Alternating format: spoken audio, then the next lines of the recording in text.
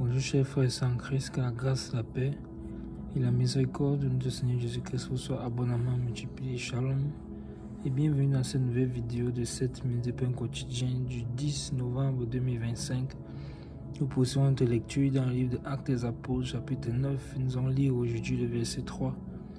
Nous avons vu dans la vidéo précédente que Saul est allé vers le souverain sacrificateur à Jérusalem pour prendre de l'aide, c'est-à-dire des autorisations afin d'aller à Damas et de prendre par force et avec brutalité tous les chrétiens, tous les disciples du Seigneur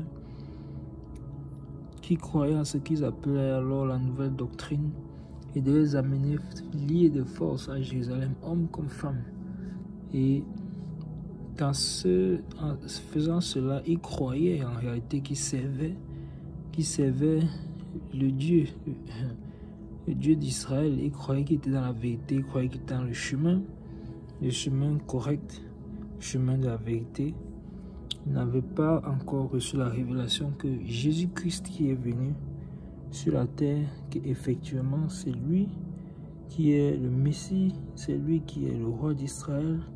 C'est lui qui devait venir et qui vint. Et ils appellent encore à ce moment-là ceux qui appartiennent au Seigneur les partisans de la nouvelle doctrine. Donc, ils n'avaient pas encore compris qu'il s'agissait en réalité de la vie éternelle. Ils étaient encore au niveau des partis. Mais le plan du Seigneur, une fois qu'il a été enclenché, aucun homme sur la terre ne peut l'arrêter. Lorsque le Seigneur a décidé quelque chose dans son conseil, personne ne peut l'arrêter. Personne, aucun homme sur la terre. Et le Seigneur a dit à Pierre que tu es Pierre. Et sur cette pierre, parlant de la révélation qu'il a eue, lui disant qu'il a les paroles de la vie éternelle, sur cette pierre, il disait donc, je bâtirai mon église et les portes du séjour des morts ne prévaudront point contre elle. Alors, si le séjour des morts, ni les portes du séjour des morts ne peuvent prévaloir contre l'église du Seigneur, choses qui sont des entités spirituelles, alors un homme physique sur la terre peut-il le faire? Non. Non, mes bien-aimés. Non.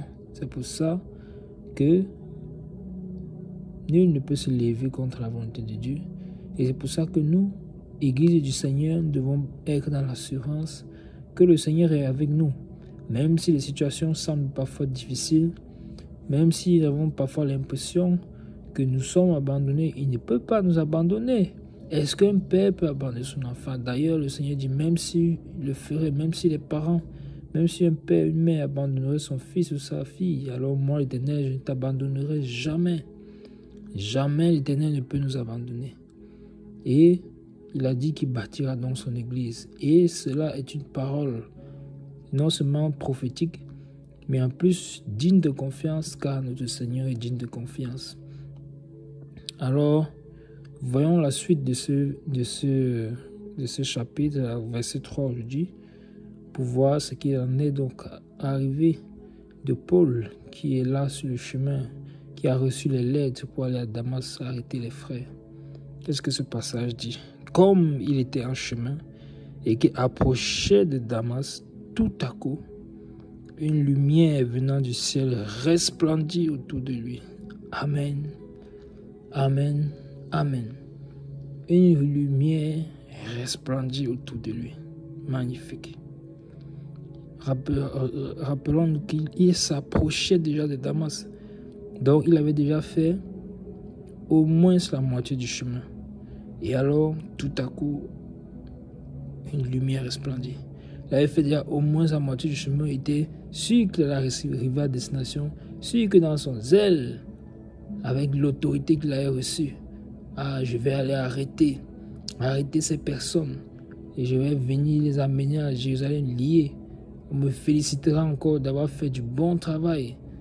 Et voilà. Non, mes bien-aimés, est-ce le plan de Dieu? Non. Cela, on va voir quand nous lisons déjà que une lumière resplendit autour de lui, venant du ciel. Nous avons déjà Nous sentons déjà Dieu qui commence à se mettre à l'œuvre. Dieu qui commence déjà à agir, à saisir Paul, en tout cas Saul, à cet instant-là. Et parce que les voix de l'homme ne sont pas les voix de Dieu. Les voix de l'homme ne sont pas les voix de Dieu. Une lumière venant du ciel. On nous donne la précision que la lumière venait du ciel pour nous donner l'indication que c'est Dieu qui a à l'œuvre. C'est Dieu qui est en train d'agir. Tout à coup, il resplendit une lumière autour de lui. Magnifique. Dans ce chemin pareil, il ne peut pas être seul. Il est forcément accompagné de personnes. Mais ce n'est qu'autour de lui que cette lumière resplendit. Ce n'est qu'autour de lui que cette lumière se positionne. Alors, parce que Dieu l'a choisi. Parce que Dieu l'a choisi pour une œuvre. Alors, Dieu t'a également choisi. Toi qui écoutes cette vidéo, Dieu t'a choisi. Alors, et le plan tracé, la volonté de tout homme sur la terre, de la vie de tout homme sur la terre est définie par Dieu. C'est pour ça qu'il nous faut connaître cette volonté et marcher dans cette volonté-là. Car ainsi, nous n'allons pas combattre Dieu. Nous n'allons pas aller à l'encontre du plan de Dieu, comme le faisait Saul ici, ne sachant pas que Dieu avait une volonté pour sa vie. En perdant le temps à aller combattre les frères et sœurs, alors que Dieu avait une destinée pour lui. Et nous faut donc connaître cette destinée-là. Alors, cette lumière qui a localisé Paul ou Saul à cette époque, je prie que cette lumière te localise au nom de Jésus. Prie que cette lumière nous localise au nom de Jésus. Et toi qui n'as pas encore donné ta vie au Seigneur et qui écoute cette vidéo, comme Saul également, qui alla à Damas pour persécuter les bien-aimés, alors la lumière resplendit autour de lui. Alors je prie que la lumière resplendisse autour de toi et que tu fasses le bon choix. Tu fasses le bon choix de servir le Seigneur, de venir au Seigneur, de quitter les ténèbres. Car lorsque la lumière resplendit, les ténèbres se dissipent. Lorsque la lumière resplendit, c'est pour que les ténèbres ne soient plus. Lorsque la lumière resplendit, c'est pour que la gloire de Dieu se manifeste. Oh, en venant au Seigneur, tu viens dans le royaume de lumière et tu abandonnes ta vie pécheresse de ténèbres. Tu abandonnes cette vie-là, tu te répands de cette vie.